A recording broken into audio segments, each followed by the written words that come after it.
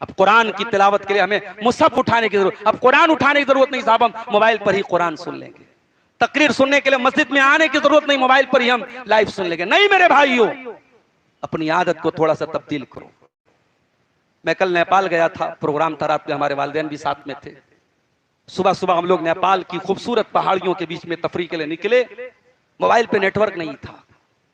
1 घंटा 2 घंटा हम लोग, गर्मी का मौसम है लेकिन पहाड़ों पे बेहतरीन खूबसूरत मौसम बनाए, तो दिल में ख्याल आया, दिमाग में ख्याल आया कि जिंदगी में कुछ लम्हात ऐसे भी होने चाहिए जब आदमी आउट ऑफ नेटवर्क हो, जब मोबाइल का झंझट ना हो, किसका फोन आ रहा है, किसका मैसेज आ रहा है, इस झंझट से इंसान नजात पाए। कुछ वक्त अपने लिए निकाले, अपने बच्चों के लिए निकाले, अपनी फैमिली के लिए निकाले। आज माफ करना मेरे साथियों, इस मोबाइल ने हमसे हमारे अपनों का वक्त छीन लिया है। अल्लाह के प्यारे नबी की सीरत आप देखिए, अल्लाह के नबी से ज्यादा हम तो बिजी नहीं हो सकते ना। अल्लाह के नबी तो most busy person of the world, दुनिया में सबसे बिजी लोगों में से आप थे। मगर अल्लाह के नबी जब, तो क्या आप अपनी बीवी से हंसी मजाक के लिए टाइम नहीं निकालते थे? अपने बच्चों की तरबियत के लिए आप टाइम नहीं निकालते थे? हत्ता कि हजरत आयशा से पूछा गया अल्लाह के नबी घर में क्या करते थे, फरमाया यकून फी मेहनत आलिही। अल्लाह के प्यारे रसूल सल्लल्लाहु अलैहि वसल्लम जब घर में होते थे तो अपने घर वालों के कामों में हाथ बटा दिया करते थे। जिंदगी में कुछ वक्त ऐसा भी होना चाहिए मेरे साथियों। आज समाज को बिगाड़ने में और समाज को बर्बाद करने में, माफ कीजिएगा, इस मोबाइल ने बहुत बड़ा किरदार अदा किया है। और अगर हम इसकी खतरनाकी को नहीं महसूस करेंगे, मैं अपनी माओ से एक बात कहना चाहता हूं, आज अपनी बच्चियों के हाथ में आपने मोबाइल दिया है, मैं ये तो नहीं कह सकता कि आप मोबाइल मत दीजिए।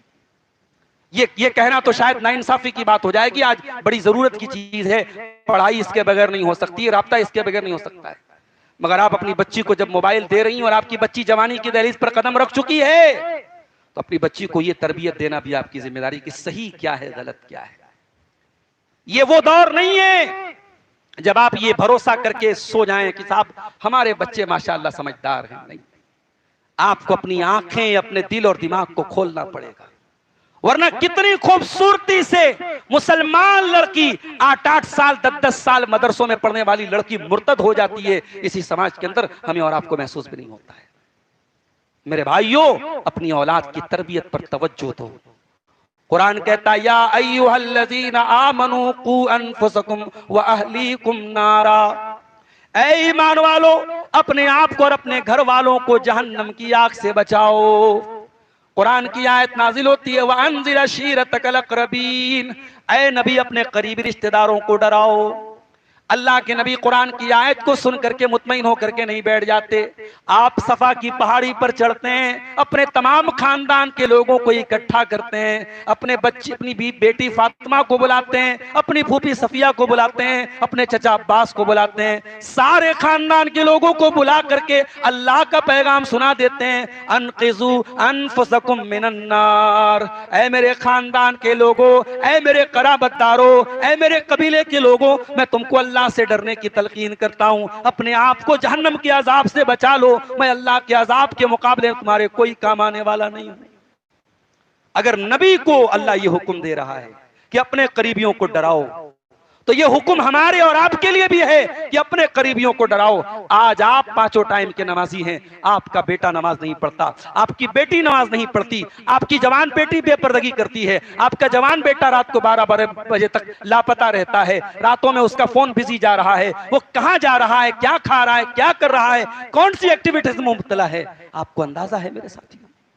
आज इसी समाज में इग़लामबाजी, लिवातत और ज़िनाकारी उरूज पा रही है। इसी समाज में हमारा मुसलमान नौजवान शराब तो शराब, उल्टे सीधे किस्म के ड्रग्स और नशे का शिकार है। इसी समाज में हमारी नौजवान लड़कियां ऐसी ऐसी हरकतें कर रही हैं कि जिनको सुन करके और देख करके यानी शर्म को भी शर्म आती है। मेरे प्यारे साथियों, इन हालात में कुरान की आयत हमेशा अपने सामने रखना चाहिए। अपने आप को और अपने घर वालों को जहन्नम की आग से डराओ।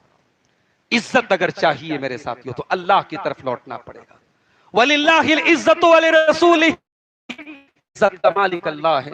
कुलिल्लाहुम्मा मालिकल मुल्क तूतिल मुल्क मन तशा, ऐ नबी आप कह दीजिए, ऐ अल्लाह तू बादशाहत का मालिक है, तू जिसे चाहता है बादशाह देता है, जिससे चाहता है बादशाह छीन लेता है। वह तुइज़्ज़ु मन तशा व तुज़िल्लु मन तशा, तू जिसको चाहता है इज्जत देता है, तू जिसको चाहता है जिल्लत देता है। इस दौर में हमारी एक और बहुत बड़ी जिम्मेदारी है कि हम दीन का इल्म हासिल करें। जी हां, आज इंग्लिश मीडियम स्कूल में भारी भरकम फीस अदा करके अपने बच्चों को हम पढ़ाने के लिए तैयार हैं, और मदरसों में जहां फ्री में तालीम होती है, ये मदरसे आज बंद होने की कगार पे। आज अपनों गैरों का क्या शिकवा करें, अपनों ने आज ये हालात पैदा कर दिए हैं कि मदारिस, कितने मदारिस बंद होने की कगार पे। मैंने रमजान में देखा मदारिस के सुफरा को, मैं कर्नाटक में था, पूरे मुल्क से सुफरा आ रहे थे, हर नमाज के टाइम 7-7, 8-8 सुफरा आ रहे हैं, चंदे की अपील कर रहे हैं, हमारे मदरसे में इतने बच्चे पढ़ रहे हैं, इतनी बच्चियां पढ़ रही हैं, आप चंदा दीजिए। भिखारियों की तरह लाइन लगा करके बैठे। जो आपके बच्चों को इंग्लिश सिखा रहा है वो काउंटर पर बैठ करके आपसे पैसे वसूल कर रहा है, और जो आपके बच्चों को कुरान पढ़ा रहे हैं, जो आपके बच्चों को हदीसें पढ़ा रहे हैं, जो आपके बच्चों को दीन सिखा रहे हैं, उन्हें भीख मांगना पड़े, आपके सामने हाथ फैलाना पड़े। ये हालात आपने पैदा कर दिए मेरे साथियों। अल्लाह के वास्ते दीन के इल्म की कद्र करो मेरे भाइयों। अपने एक बच्चे को जरूर आलिम बनाओ, अपनी एक बच्ची को जरूर आलिमा बनाओ। कोई एक शमा घर में ऐसी हो जिससे इल्म दीन की रोशनी फूटती रहे। कोई एक बेटा तो ऐसा हो, सारे बेटे इंग्लिश में बात कर रहे हैं, सारे बच्चियां माशाअल्लाह फॉरवर्ड हैं और इंग्लिश में और कंप्यूटर में माहिर। एक बेटा तो ऐसा हो जब दुआ के लिए हाथ उठाए तो कहे रब्बिरहमहुमा कमा रब्बयानी सगीरा, परवरदिगार मेरे माँ बाप पर रहम फरमा जिस तरीके से बचपन में उन्होंने मुझे पाला है। कोई एक बेटा तो इस काबिल हो कि जनाजे की नमाज आपकी पढ़ी जाए तो बेटा खड़ा होकर के दुआ करे, इखलास के साथ, लिल्लाहियत के साथ, दर्द के साथ और तड़प के साथ ये दुआ पढ़े, अल्लाहुम्मा फ़िर लि हय्यिना व मय्यितिना व शाहिदिना व गायबिना व सगीरिना व कबीरिना। आपकी जनाजे की नमाज तो पढ़ सके। दीन का बेसिक इल्म, दीन का बुनियादी इल्म। अभी ये गर्मी का मौसम आ रहा है, समर कोर्सेज शुरू हो रहे हैं। अभी बनारस में भी हमारे कुछ भाइयों ने समर कोर्सेज शुरू किए, अभी रिस्पांस बहुत कम मिल रहा है। और जब समर कोर्सेज में बालिग लोग, बड़े लोग जब एडमिशन लेते हैं तब अंदाजा होता है कि समाज में कितने ऐसे लोग हैं, बालिग हैं, एडल्ट हैं, बड़े हैं, अपने दुनिया की तमाम चीजों के माहिर हैं, मगर दीन की नॉलेज ना के बराबर है। वजू का तरीका नहीं आ रहा है, गुस्ल के जरूरी आदाब नहीं मालूम, तौहीद के बारे में नहीं मालूम, ईमान के बारे में नहीं मालूम, अल्लाह के नबी के बारे में बुनियादी बातें नहीं मालूम। और उसके बाद इस तरीके के प्रोग्राम और तकरीरों की बात आए तो वो लोग कहते हैं कि साहब इसकी कोई जरूरत नहीं है। दीन की मोटी मोटी बातें मेरे भाइयों हम सब की जिम्मेदारी है कि हम सीखें। अल्लाह के नबी फरमाते हैं तलबुल इल्म फरीज़तुन अला कुल्लि मुस्लिम, इल्म दीन हासिल करना हर मुसलमान की जिम्मेदारी है। कुरान कहता है यालमून ज़ाहिरम मिनल हयातिद दुनिया व हुम अनिल आखिरति हुम गाफिलून। कुछ लोग ऐसे भी होते हैं जिनके पास दुनिया का बहुत इल्म है, बहुत नॉलेज है, लेकिन आखिरत के मामले में बिल्कुल गाफिल हैं। अपने साड़ी के कारोबार की एबीसीडी से वाकिफ है, अपने धागे के एक एक हुनर से वाकिफ हैं, अपने कारोबार की एक एक चीज से वाकिफ हैं, मगर दीन की बेसिक चीजें भी उनको नहीं मालूम है। इमाम हसन बसरी कहते हैं इस आयत की तफसीर में कि बाज लोग इतने माहिर होते हैं कि अपने नाखून पर रख करके वो सोने के सिक्के का वजन बता देते हैं, मगर 2 रकात नमाज पढ़ने का शऊर उनको नहीं होता है। मेरे साथियों, दीन का इल्म हासिल करो, ये इस दौर में बहुत बड़ी जरूरत की चीज है।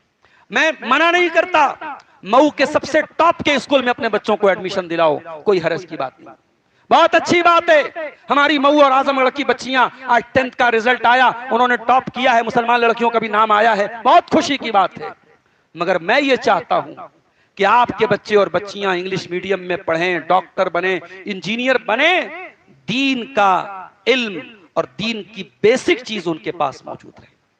वो डॉक्टर भी बने तो जब मरीजों की को वो इलाज करे तो उसके दिल में खुद गर्जी न हो, उसके दिल में ये जज्बा हो कि मैं मोमिन हूं, ईमान वाला हूं, और मेरा काम सिर्फ मरीजों से फीस लेना नहीं है। अल्लाह ने मुझे ये हुनर दिया है, मेरे जरिए इन बीमारों को अल्लाह ताला सेहत दे रहा है, तो मैं इनको तौहीद की भी दावत दूं, मैं इनके ईमान में इनकी मदद करूं और मेरे जरिए इनको हिदायत मिल जाए। ये जज्बा उस डॉक्टर के अंदर हो। ऐसे डॉक्टर की हमारे समाज को जरूरत है मेरे साथियों। ऐसे वकीलों की जरूरत है जो बेकसूरों के लिए केस लड़ें।